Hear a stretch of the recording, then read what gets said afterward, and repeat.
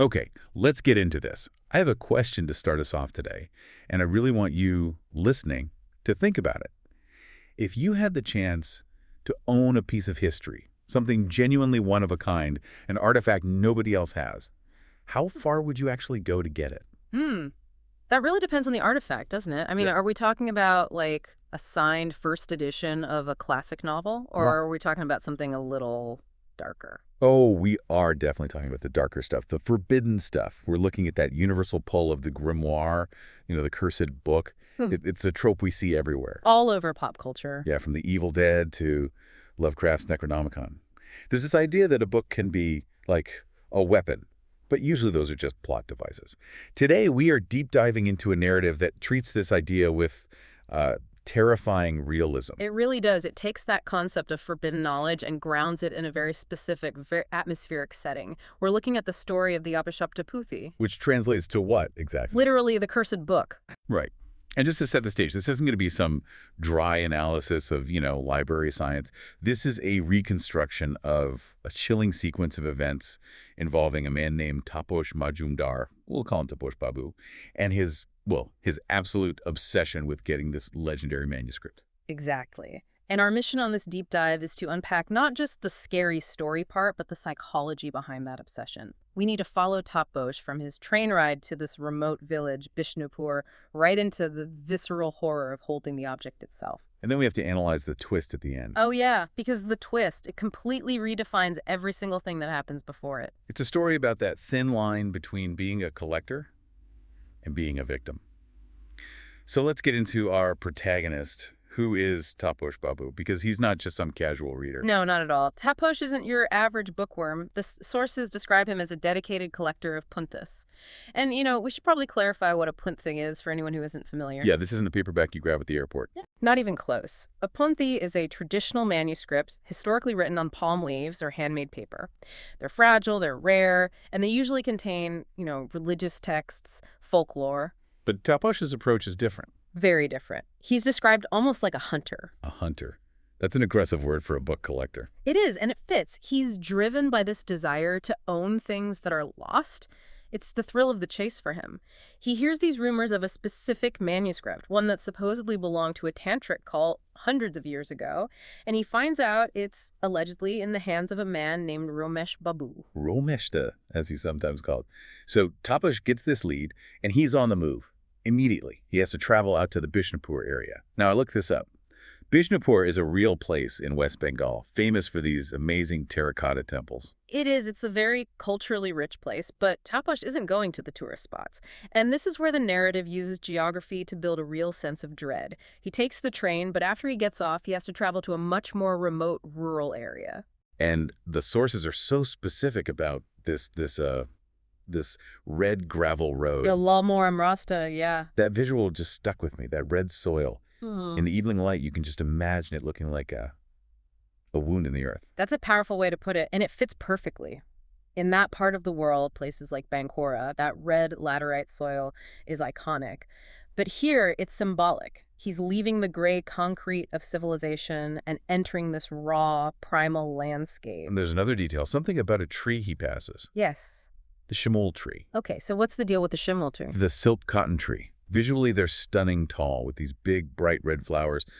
But in Bengali folklore, the shimul tree has a reputation. It's often associated with the supernatural. Associated how? Like it's haunted. Essentially, yeah. It's often considered a dwelling place for spirits, particularly ghosts of Brahmins called Brahmadaityas. So, passing a solitary shimul tree at dusk on a desolate red road, that's a massive cultural signal. A warning. It's a boundary marker. You are crossing a threshold. You're entering a space where the normal rules might not apply anymore. The point of no return. And he just keeps going, driven by this greed for the book. He finally gets to Ramesh Babu's house. Yeah. So, given that he thinks this guy's holding a priceless treasure, is it some grand estate? No, and that's the first big red flag he ignores. The house stands completely alone. It's described as having a broken vibe. Dilapidated. Falling apart. Pretty much. Plaster peeling, nature just taking it back. But the most prominent feature isn't what he sees, it's what he doesn't hear. The silence. It's oppressive. The source describes it not as like a peaceful country silence, but as a stagnation, A total absence of life. When Taposh knocks and goes inside, he's basically stepping into a time capsule. So he's in. He finally meets the man himself, Romesh Babu. And this is where things get really, really weird. Because Romesh is not acting like someone who's about to make a big sale. Not at all. His description is so important for what happens later. He appears pale, detached, strange. His voice feels distant, as if he's not quite all there. You'd think if you're selling a rare antique, there'd be some showmanship, right? You'd talk it up. Yeah. But Romesh acts like he's on autopilot. Or maybe heavily medicated. His movements are slow, deliberate, and the house inside matches him perfectly. It's dim, lit by maybe a lantern. And there's a smell. The sources are very specific about the smell. Right. It's a mix of old paper, damp, but there's something else trying to cover it up. Incense. Duno, specifically a traditional resin incense. Now, incense is common. It's used to purify the air in holy spaces. But here, the source suggests it's too thick. It's cloying. It's being used to mask something else. And Taposh just rationalizes it away. Old house, old man, religious ritual. Exactly. That's the collector's curse. Total tunnel vision. He is so focused on the prize that he ignores all these environmental cues that are screaming at him to get out. He just wants the book. But Romesh is reluctant.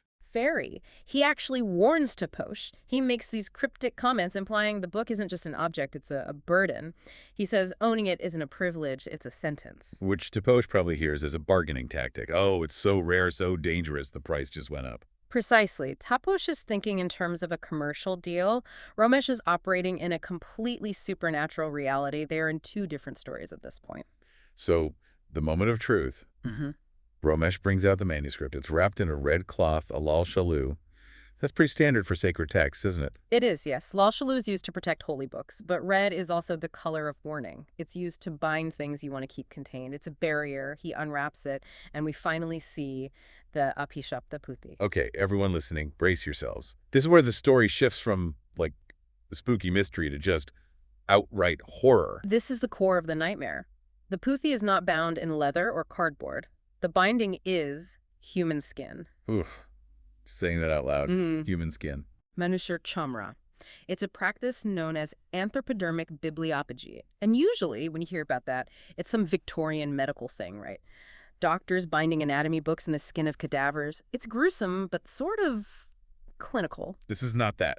This is not that. The narrative explains the history. This book comes from a tantric cult, a Kapalik or Naran Satu, about 300 years ago. Can you just quickly unpack that term, Kapalik? Sure. The Kapaliks were a sect of Shaivite ascetics. Historically, they're associated with some pretty non-mainstream practices, living in cremation grounds, using skulls as bowls. In horror stories, they're often shown as wielding dark, esoteric powers. Powers involving blood and sacrifice. Exactly. So the implication is this book wasn't just bound in skin for the sake of it. It was a ritual. The source says it was created through sacrifice. The skin was harvested to bind the text. The ink, Don't tell me. human blood.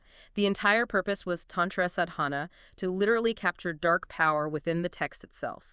The creator was eventually killed by villagers, but the book survived. It's an artifact born of extreme violence. And that violence is still in it. This is the detail that really got me. When Taposh reaches out to touch the book, what happens? This is the sensory detail that just breaks your brain. He reaches out expecting, dry, cracking parchment. Instead, he feels warmth. Warmth. Like a body heat. Exactly. And slightly moist, like living tissue. No. Yes. Imagine the cognitive dissonance. Your eyes see an old book, but your fingers are telling you you're touching a warm, living part of a body. That's absolutely revolting. It implies the skin isn't dead. The biological essence of the person who was sacrificed is still trapped in it. Maybe it's still metabolizing. And the smell. You mentioned the incense. The source points out it was probably masking the stench of rotting flesh that's actually coming from the pages. It's a full-on sensory assault. Sight, touch, smell. The book is, in a very real supernatural sense, a biological entity. That's pulsing. It's pulsing, like a faint rhythmic heartbeat against his fingertips. Okay, that's it. At this point, if I'm Taposh, I'm gone. I don't care. But he's still there. What happens to the room once this thing is unwrapped? The room shifts. Shadows seem to get longer, maybe even move on their own. That heavy silence we talked about. It turns into what's described as a malevolent pressure. The feeling of being watched. Exactly. But not by the old man. by the room itself, by the book. And that's what finally snaps Taposh out of his collector trance. It's his survival instinct kicking in. It's a primal flight response. His lizard brain just takes over. He realizes he's in the presence of a predator. He looks at Romesh, and maybe he sees something in the old man's eyes, or the lack of something that just shatters the illusion. So he runs. He bolts, he doesn't say goodbye, he doesn't make an excuse, he abandons the deal, runs out of the house, back onto that red road, and just flees into the darkness. Which brings us to the final part, the twist. And I love this part, because in a normal story, escaping the monster is the end. You know, you catch your breath, you go home. Right. But here, the escape is just the setup for the real psychological horror. So Taposh gets back to safety station, a hotel, somewhere with lights. He calms down, and his collector brain starts to rationalize. Maybe I imagined it, maybe it was the lighting, I was tired. So he tries to contact or ask someone about Romesh Babu. Right. He calls a local contact, or maybe asks a villager the next day. He's looking for some kind of closure. Maybe, crazily, he still wants the book. And that's when the third party drops the bombshell. Your revelation. Romesh Babu. No, you couldn't have met Romesh Babu. Romesh Babu died 3 days ago. Boom. There it is. And that's the moment the entire timeline just collapses in on itself. So, okay, let's unpack this. Taposh spent the evening negotiating a deal with a ghost. That's what it is. If you look back at all the details, the broken vibe of the house, the oppressive silence, Romesh's pale, detached manner, the slow movements, it all The clicks. strangeness, the coldness, He was interacting with a spectral projection, a residual haunting. and the smell, Yeah. the incense. Yes, that's the key. I didn't fully connect it until you think about the aftermath. If Romesh had been dead for 3 days, in that kind of heat, his physical body was probably still inside that house somewhere. Oh my God. So the incense wasn't for the book. It was masking the decomposition of the owner. That is, okay, that is truly deeply horrifying. The house was a tomb. It completely recontextualizes the fear. Taposh wasn't just scared of a cursed book. His subconscious knew something was wrong. That uncanny valley feeling he got from Romesh was his instinct screaming, this man is not alive. But what or who was he talking to? Was it Romesh's ghost stuck there?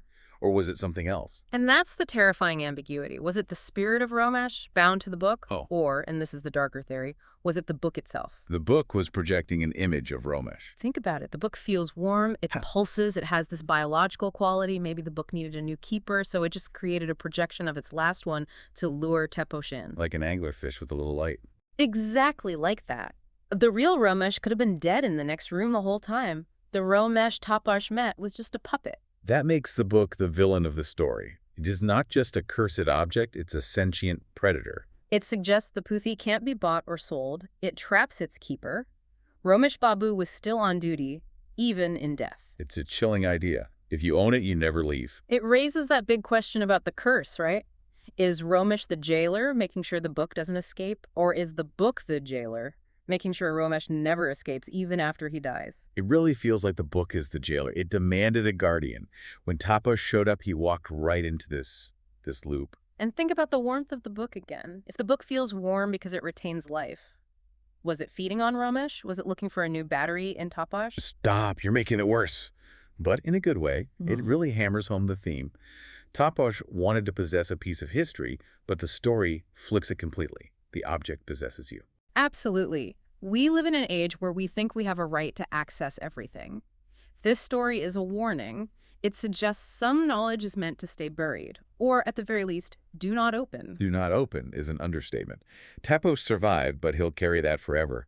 He held a book made of people and negotiated with a dead man. That's got to cure your collecting hobby pretty fast. You'd hope so, although for a true obsessive, the fact that he almost had it might haunt him even more than the ghost. That's a dark thought, but probably true. The one that got away takes on a whole new meaning here. That's the nature of forbidden things, isn't it? The closer you get, the more you want it, even as the danger ramps up. Taposh just managed to look away in time. So bringing it all back, we started by asking how far you'd go. This story is a pretty good stop sign, a reminder to trust your gut. Totally. If a place feels wrong, if the silence is too heavy, if a person feels off, listen to that feeling.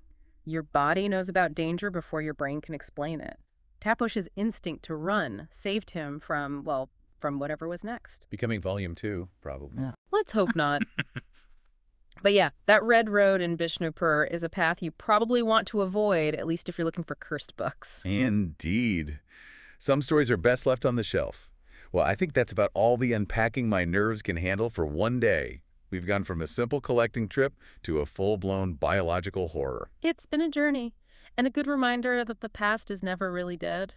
Sometimes it's just waiting for a visitor. Okay, here's a final thought for you to chew on tonight, preferably with all the lights on.